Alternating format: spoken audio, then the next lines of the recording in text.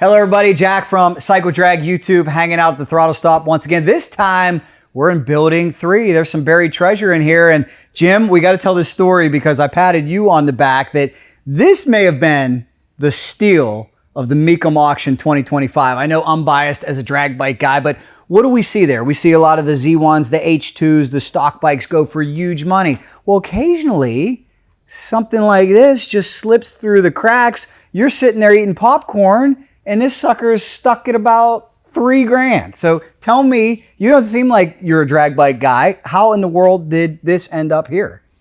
Well, yeah, that's exactly how it happened.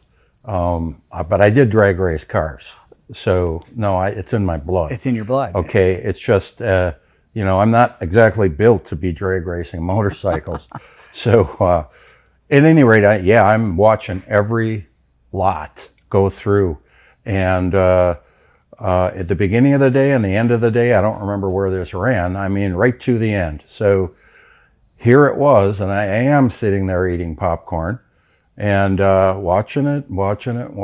It just sticks. It sticks at the like 3,000 or something like that. Bike, no reserve. I'd kind of a buy and sold bike here. I'd kind of any bit of a kind of about kind of I'd kind of a set of 5 and a comment. I'd kind of a 5 on a comment. I'd kind of any bit of a kind of a 10 here. I'd kind of making sure. And I'd kind of a 10 down 5 here. I'd kind of any bit of a kind of about 5 down 4 down 3 down 2,000 bid. And if you get 2,000 a bid, I'd kind of a 2,000, 3,000, 2, 3 bikes no reserve, 2,000 under 3,000 a bid.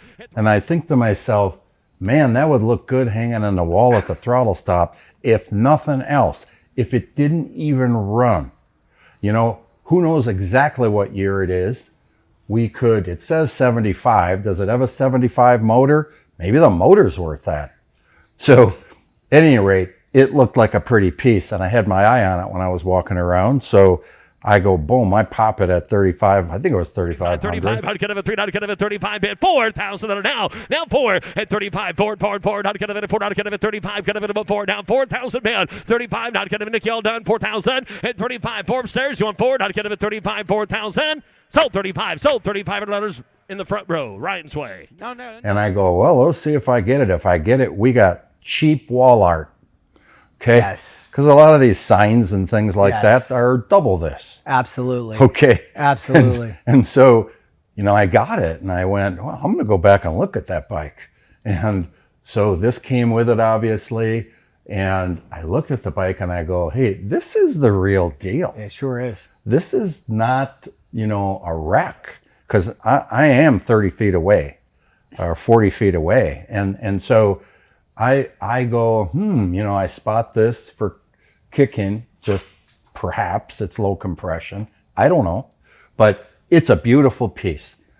And then, as it would have it, then we're talking, and I know you're a drag race guy, so I tweak you with a picture of it.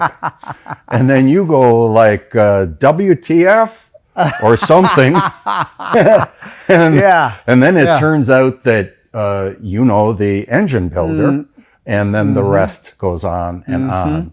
My story is I had my eye on this because you don't see many drag bikes there. And then Saturday I had to go announce a motocross race. So I was gone. And then when you told me you of all people won this, I was just floored because you're right. It is beautiful. And my goodness, if I could tell you how much money somebody sunk into this, building it with the Mecum carburetors and the MTC clutch and the PM brakes and what I think we got Cosman wheels over here. But then it gets even sweeter, like you said. My buddy Bruce Sauer, who's an acclaimed builder, one of the best ever, gets a hold of me and says, hey, I built this bike. So this is a top-notch quality piece. This is something where if you get it running, if you wanted to sell it again, you'd easily get a nice return to the drag strip. But I'm starting to think it looks pretty good up here on the wall. So maybe it's not going anywhere for $3,500. Just like you said, they were selling signs and posters for $3,500 at Mecum. Yeah, and this is the real deal. And so we will probably get it running, just even if nothing else, we'll videotape it. And we only have a certain amount of capacity here to get bikes running, but we'll get around to it. And then we'll videotape it running anyways. I doubt we'll take it out in the street and do a pull, but you never know. Oh man, I think we got to take it down the racetrack. I'll be excited for that. Well, I got an idea of another one we could potentially take down the racetrack, because this wasn't the only score at Mecum. We got to walk over here because look at this oddity. And I should know what I'm starting to learn about you, Jim, is if you show me something on Tuesday or Wednesday at Mecum, that means there's a very high chance that it's coming back to Elkhart Lake, Wisconsin. Because I remember you showing me this bike and how much you loved it. And here she is right now, the Honda Flathead V8. Yeah. So this bike is a little bit of nostalgia and a little bit of like, it's just super cool. But the nostalgia part of it is it came from RVM, and RVM is a gentleman that we knew in Madison, Wisconsin. And he is a Bonneville salt flat guy. And so the RVM collection of salt flat cars and street rods actually sold in Kissimmee at Mecum in January of 25. They had a whole display because he's passed away. All right. But this bike didn't go down there because his motorcycles went to Las Vegas. And so I saw this bike about 15 years ago when we went to his shop in Madison.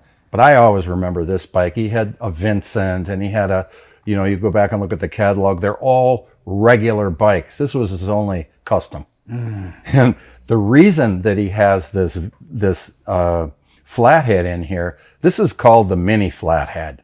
And this is the smallest Ford Flathead ever made. It's like 136 cubic inches. And these actually went on midget racers. So it is truly a mini flathead. It went into a few vehicles, but it didn't have enough power to be in the vehicles. So most Ford Flatheads are like in the 230 cubic inch or something. So this is 100 cubic inches smaller than the typical flathead, and it's used for a lot of old racing. So if you see a Ford Flathead midget race car, this is the motor it has. So it fits quite nicely in a bike.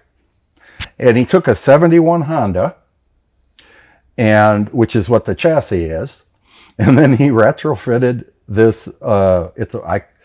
It's called a Ford 60. I call it the 136, whatever, for cubes.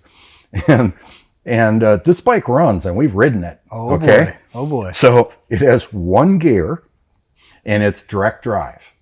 All right. So you know what neutral is? Neutral is right here. Whoa. Yeah. I know. So you can imagine riding this thing. Yeah. And you're going, it's time to come to the stop sign. Squeeze in this. Up. It's time to let it idle for a little bit. You stick that thing in there and you drop it down and you pin that bolt in or that nut in. And now it's idling. And you put a whole lot of trust in that component right there. That's neutral. This is neutral right here. I might just have to watch this one from afar. But, you talked about how the engine fits so nicely. Well, I must say the bike fits so nicely here at the Throttlestop. What you guys do. You're all about entertainment. And this one, certainly a conversation piece. Yeah, and it runs. It runs good. It's a runner. Yeah. It's a talker. Make sure you guys come see it right here at the Throttlestop.